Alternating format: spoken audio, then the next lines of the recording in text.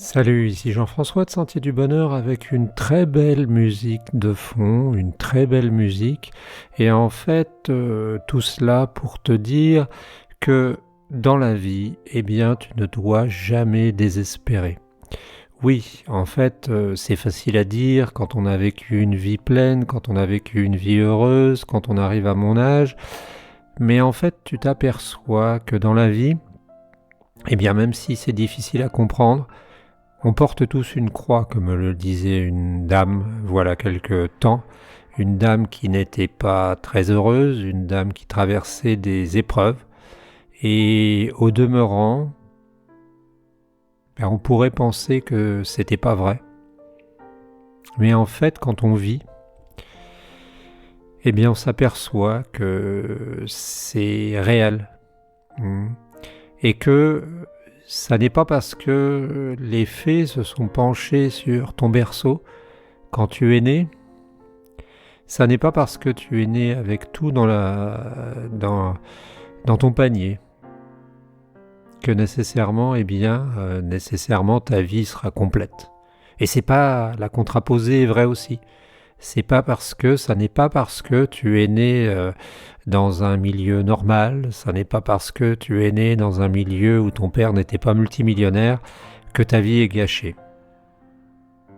C'est vrai aussi que ça n'est pas non plus parce que le début de ta vie a foiré que nécessairement, je suis ému, que nécessairement tu pourras toute ta vie foirer. Souvent, si tu as vu ça, les plus belles réussites sont issues de foirage.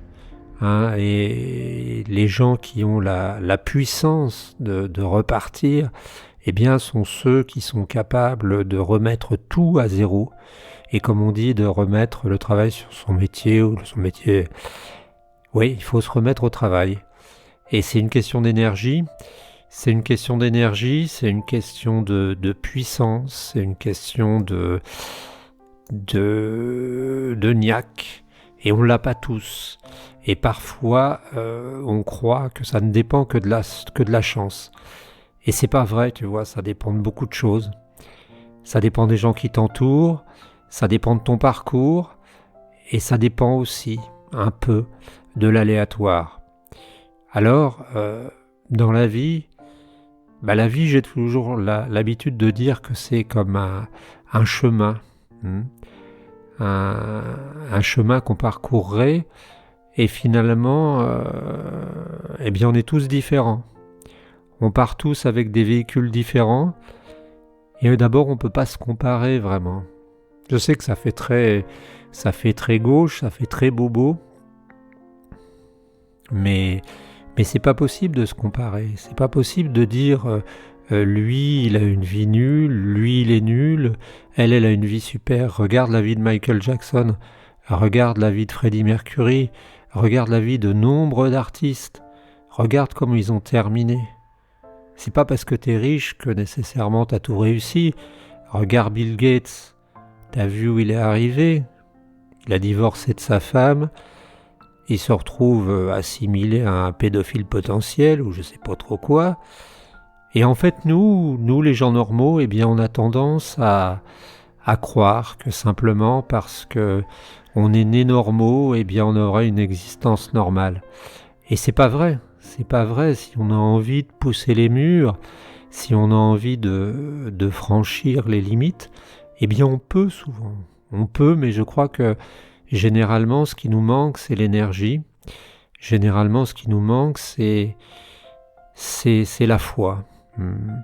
Et bien que n'étant pas croyant dans l'idée qu'il y a un barbu là-haut, tu vois, je suis persuadé que la foi fait bouger les montagnes. Et la foi, c'est pas forcément croire qu'on mourra pas. La foi, c'est pas nécessairement croire, comme je te le dis, qu'il y a un Dieu qui nous regarde. La foi, c'est pouvoir prier parfois, prière presque laïque. La foi, c'est pouvoir rencontrer des amis. Et la foi, c'est pouvoir réussir à dépasser ses limites. Parce qu'il faut le savoir, pour nous tous, c'est pas forcément facile tous les jours. Voilà, c'est ce que je voulais te dire, c'est que la partie n'est jamais finie, hein, et qu'il y a toujours moyen de se relever. Alors je sais, tu me diras, ceux qui sont condamnés par la médecine, ceux qui ont eu des vies horribles, ouais, mais le problème de la société dans laquelle nous vivons actuellement, c'est qu'on a l'impression que toutes les personnes qui disposent de moins de 2 ou 3 millions d'euros pour comme capital sont pas capables d'avoir une vie. Or, en fait, c'est totalement le contraire. Hein, on voit toujours le côté court, mais on voit jamais le côté jardin. Il y avait un psychologue qui me disait une fois, je parlais avec lui lors d'une réunion, et il me disait, Monsieur Perron, vous ne vous rendez pas compte, en fait, vous imaginez que tous les gens que vous voyez là, tous les gens que vous voyez devant vous, eh bien, ce sont des gens qui ont réussi et que toute leur vie est pareille.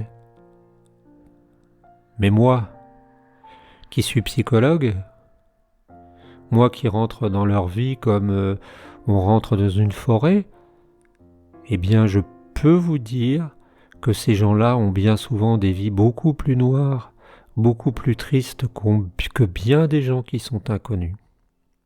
Je me rappelle aussi d'un roman que j'avais lu, où en fait c'était très bien fait, je me rappelle pas du titre, c'était une famille, en fait deux familles, une famille de servants, une famille de domestiques et une famille de riches nantis. Et en fait on s'apercevait que la famille de domestiques faisait envie par son côté rassemblé, par son côté heureux, à la famille de riches qui avait finalement tout ce qu'elle voulait, mais pas l'essentiel, le bonheur. Donc si j'ai créé cette chaîne, bien sûr c'est parfois pour aborder des sujets sérieux comme le nucléaire, comme les impôts, mais c'est aussi pour transmettre quelque chose d'humain à humain, pour essayer de dire qu'on peut être heureux dans la vie et que le bonheur c'est pas ni une dictature, ni même une sorte de injonction à être comme les autres. Le bonheur, c'est quelque chose qui peut nous faire du bien et qui est naturel. Le bonheur d'être avec ses enfants, le bonheur de manger et d'être repu, le bonheur d'avoir bien dormi, le bonheur d'être dans son bain, le bonheur d'aller en voyage, le bonheur de partir en vacances, même si c'est qu'à Gavray, dans la Manche. Voilà, c'était ça. Et si j'avais envie de parler de ça, de la vie, tu vois, ça change un peu sur une superbe musique. C'était Jean-François de Sentier du Bonheur. On se retrouve très bientôt. N'hésite pas à commenter, hein, n'hésite pas à nous contacter. On me demande de plus en plus mon mail. À bientôt et je te laisse quelques secondes de cette musique sublime.